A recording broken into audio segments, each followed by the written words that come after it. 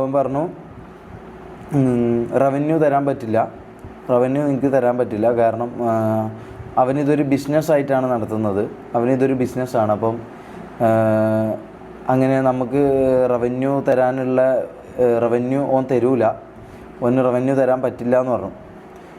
അപ്പോൾ റവന്യൂ തരാൻ പറ്റില്ലെന്ന് പറഞ്ഞപ്പോൾ ഞാൻ റേസായി എന്നല്ല, ഞാൻ ഇങ്ങനെ കാര്യം പറഞ്ഞു. ഞാൻ പറഞ്ഞു ഞാനും കൂടി ഞാൻ ഇതാക്കിയതിൻ്റെ ഒരു ഇതിൽ നിന്നൊരു പൈസയല്ലേ ഞാൻ ചോദിക്കുന്നതെന്ന് പറഞ്ഞപ്പോൾ അവൻ പറഞ്ഞു അത് തരാൻ പറ്റില്ലെന്ന് പറഞ്ഞു. എന്നിട്ട് പറഞ്ഞു നീ ഇവിടെ ഇങ്ങനെയൊക്കെയാണ് റൂള്, ഇവിടെ ഇങ്ങനെയൊക്കെയാണ്, നിനക്ക് വേറെ പറ്റുന്ന എന്താണെന്ന് വെച്ചാൽ നീ ചെയ്തോ, ഇവിടെ ഇതൊക്കെയാണ് റൂള് എന്ന് എന്നോട് പറഞ്ഞു. അപ്പോൾ അങ്ങനെ പറഞ്ഞു. ഈ പറഞ്ഞ പോലെ അതിന് മുമ്പേ നമ്മൾ തമ്മിൽ സംസാരം ഉണ്ടായിരുന്നു. അതായത് ലൈക്ക് ഞാൻ മമ്മു ജാസിയെല്ലാം നമ്മളെ പേഴ്സണൽ പ്രോബ്ലംസ് ഇങ്ങനെ പറയും, അതായത് ഫിനാൻഷ്യലായിട്ടുള്ള പ്രോബ്ലംസ്. നിങ്ങൾ പുറമേ കാണുമ്പം അവൻ ലൈവിൽ നിങ്ങളോടൊക്കെ പറഞ്ഞിട്ടുണ്ടാകും ഇവർക്കൊക്കെ സാലറി ഉണ്ട്, അല്ലെങ്കിൽ ഇവർക്കൊക്കെ സ്വന്തമായിട്ട് റവന്യൂ ഉണ്ട് എന്നാണ് അവൻ എല്ലാ ലൈവിലും പറയാറ്.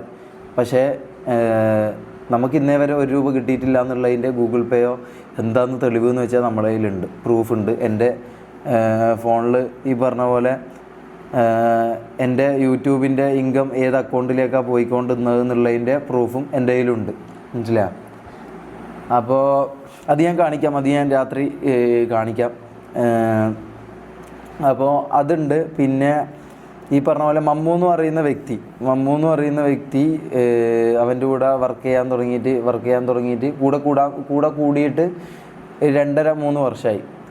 ഈ മമ്മു എന്ന് പറയുന്ന വ്യക്തിൻ്റെ വീട് എന്ന് പറഞ്ഞു കഴിഞ്ഞാൽ ഇപ്പം എന്നല്ല, ആ ടൈം തൊട്ടേ അവൻ്റെ ഉപ്പ വേറെ ഇത് നോക്കി പോയതാണ്, അവൻ്റെ ഉമ്മാനെ ഉപേക്ഷിച്ച് പോയതാണ്. അപ്പോൾ അതൊക്കെ ഇവനറിയാം, അതൊക്കെ അറിഞ്ഞുകൊണ്ട് തന്നെയാണ് ഇവൻ എടുത്തത്. ഇവൻ ലൈവിൽ അവൻ്റെ ഉമ്മാനൊക്കെ വിളിക്കുന്നുണ്ട്, ഉമ്മാന് വിഷമിക്കേണ്ട വരില്ല, അങ്ങനെ ഇങ്ങനെയൊക്കെ കുറേ കാര്യങ്ങളൊക്കെ പറയുന്നുണ്ട്. അപ്പോൾ അതിന് ശേഷം 2.5 വർഷമായിട്ടും ഇത്രയും കാലമായിട്ട് ഈ മമ്മൂ, ഞാൻ എൻ്റെ ഈ കാര്യങ്ങൾ നിങ്ങൾ മാറ്റി വെച്ചേക്ക്, എൻ്റെ ഈ കാര്യങ്ങൾ ഞാൻ ജസ്റ്റ് ഒരു സ്റ്റാർട്ടിങ്ങിന് ഞാൻ പറഞ്ഞതേ ഉള്ളൂ, എൻ്റെ ഒരു ഇതറിയിക്കാൻ ഞാൻ പറഞ്ഞതേ ഉള്ളൂ. അപ്പോൾ ഈ മമ്മൂ എന്ന് പറയുന്ന വ്യക്തി അവൻ്റെ കൂടെ നിൽക്കാൻ തുടങ്ങിയിട്ട് 2.5 വർഷമായി. ഈ ഒരു 2 മാസം മുമ്പ് മമ്മൂ എന്ന് പറഞ്ഞ വ്യക്തിൻ്റെ വീട്ടിൻ്റെ ഓടിട്ട വീടാണ്. ആ വീട് കണ്ടാൽ നിങ്ങൾക്ക് കാര്യങ്ങൾ ഞാൻ പറയാതെ, കാരണം ഇനി നമ്മളിത് പറയാണ്ട് നിന്ന് കഴിഞ്ഞാൽ നമ്മൾ ഇതായി പോകും, മനസ്സിലായോ? നമ്മൾ പടുകുയിലേക്ക് പെട്ടുപോകും. നമുക്ക് ഓൾറെഡി സൈബർ ബുള്ളിങ്ങും ഇവിടുന്നൊക്കെ മൊത്തം ഇത് കിട്ടുന്നുണ്ട്. ഇവൻ്റെ അടുത്ത് നിന്ന് ഇറങ്ങിക്കൊണ്ട് നമ്മളെന്തോ ഈഗോ കാണിച്ചു, അല്ലെങ്കിൽ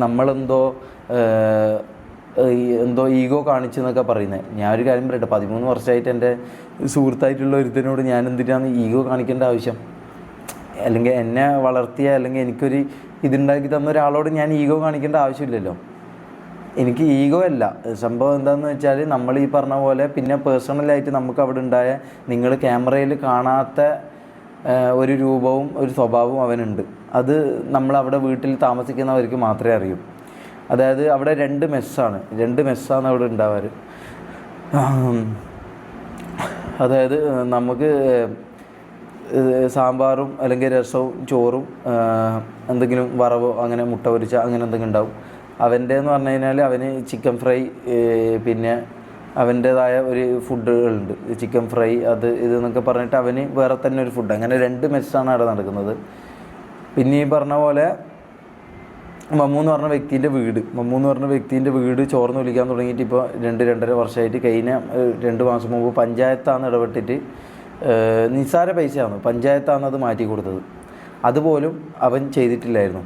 നിങ്ങൾ ആലോചിക്കണം, 2.5 വർഷമായിട്ട് കൂടെ നിൽക്കുന്ന മമ്മൂൻ്റെ ഇപ്പോൾ ഉപയോഗിക്കുന്ന ഫോൺ കണ്ടാൽ തന്നെ നിങ്ങൾക്ക് കാര്യങ്ങളെല്ലാം ഏകദേശം പിടികിട്ടും, മനസ്സിലായോ? പിന്നെ ജാസി എന്ന് പറഞ്ഞ ആൾക്ക് അവിടെ ഉണ്ടായ ബുള്ളിങ്ങും കാര്യങ്ങളൊക്കെ ഉണ്ട്. അതിപ്പോൾ മമ്മൂനാണെങ്കിലും ഉണ്ട്. മമ്മൂനെ ഒരു ദിവസം മലപ്പുറത്ത് നമ്മൾ നിൽക്കുമ്പം ഒരു പരിപാടിക്ക് പോയ സമയത്ത് എന്തോ ഒരു പ്രമോഷൻ പരിപാടിക്ക് ഇതിനോട് ഇതാക്കാൻ പറഞ്ഞു. അപ്പോൾ മമ്മൂ മൂടില്ലാന്നോ അങ്ങനെ പറഞ്ഞു. കാരണം സ്വാഭാവികമായിട്ട് അവൻ 2-2.5 വർഷമായിട്ട് കൂടെ നിൽക്കുന്നതെന്ന് ഓൻ പറഞ്ഞ എല്ലാ കാര്യങ്ങളും ചെയ്യുന്നതെന്ന് ഓൻ പറയുന്ന എല്ലാ ഇതിനും തുള്ളുന്ന ഒരു വ്യക്തിയാണ്.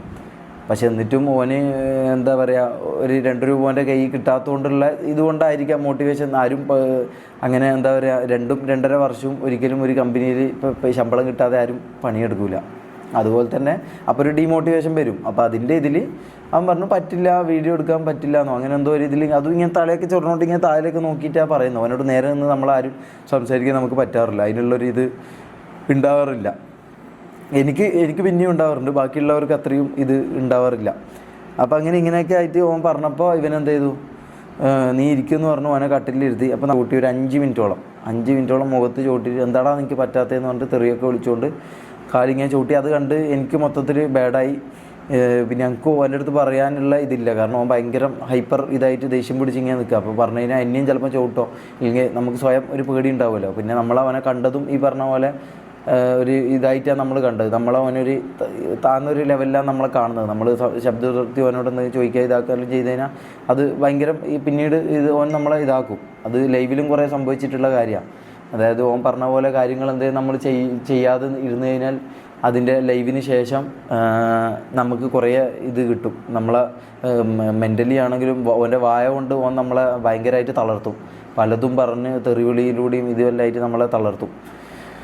അപ്പം അതുകൊണ്ട് ഓനോട് നമുക്കൊരു പേടി ഇതുണ്ട്, ബഹുമാനമില്ല, നമുക്ക് പേടിയുണ്ട്, പേടി മാത്രമേ ഉള്ളൂ. അങ്ങനെ മമ്മൂനെ ഈ പറഞ്ഞ പോലെ ചവിട്ടി ഞാൻ. അപ്പോൾ റാംബോ ആണ് ഇതിൻ്റെ ലൈക്ക് മൊത്തം വീട്ടിലെ കാര്യങ്ങളും ഇവൻ പറയുന്നത്. അതായത് ഇവൻ തൊപ്പി പറയുന്നു ഇന്ന് ഇവർക്ക് ഫുഡ് കൊടുക്കണ്ട, അല്ലെങ്കിൽ ഇന്ന് ഇവർക്ക് ഇതില്ല, ഇന്ന് ഇവരിത് ചെയ്യണ്ട എന്ന് പറഞ്ഞു കഴിഞ്ഞാൽ റാംബോ ആണ് നടപ്പിലാക്കുന്ന ആൾ. ഒരു നടപ്പിലാക്കുന്ന ശ്വാസന ഇടുന്ന ആൾ തൊപ്പിയും, അത് നടപ്പിലാക്കുന്ന ആൾ റാംബോ ആണ്. അപ്പോൾ ഈ പറഞ്ഞ പോലെ റാംബോ എന്ത് ചെയ്തു,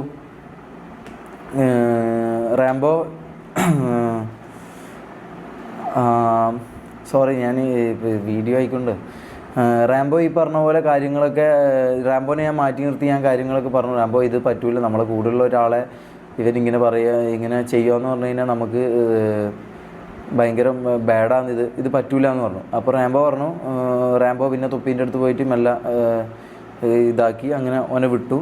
ഈ പറഞ്ഞ സീനടക്കെ ആയിരുന്നു. അപ്പോൾ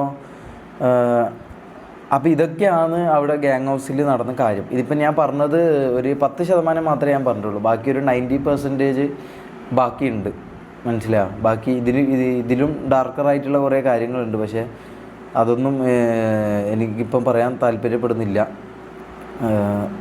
അപ്പം ഈ കാര്യങ്ങൾ നമുക്കൊന്ന് പറയണം തോന്നി. കാരണം നമുക്ക് എന്തുകൊണ്ടിപ്പോൾ പറയുന്നു നിങ്ങൾക്ക് വേണമെങ്കിൽ ചിന്തിക്കാം. അവനിപ്പോൾ സിനിമയായി, നിങ്ങൾക്കൊന്നും ഇല്ലാത്തതുകൊണ്ടല്ലേ നിങ്ങളിപ്പോൾ വന്ന് പറയുന്നത് നിങ്ങൾക്ക് വേണമെങ്കിൽ ചിന്തിക്കാം. നമ്മൾ അവിടുന്ന് ഇറങ്ങിയ മുതൽ ഈ പറഞ്ഞ പോലെ ഓനെ വിളിക്കും, ഓനെ കോൺടാക്റ്റ് ചെയ്യും, ഓൻ്റെ മാനേജറോട് കാര്യങ്ങൾ പറയും, സോർട്ട് ചെയ്യാൻ നോക്കി എല്ലാം ചെയ്തിട്ടുണ്ടായിരുന്നു. പക്ഷെ ഓന് അതിനോടൊന്നും അടുക്കുന്നില്ല, മനസ്സിലായോ?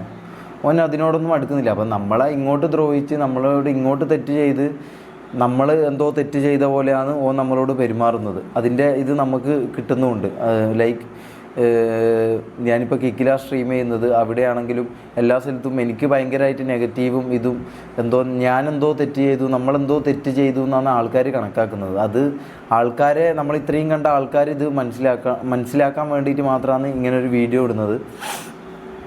അപ്പോൾ ഞാൻ മമ്മൂനെയും കൂടി വിളിക്കാം, ഓന് പറയാനുള്ള കാര്യങ്ങളും കൂടി ഒന്ന് കേൾക്കാം.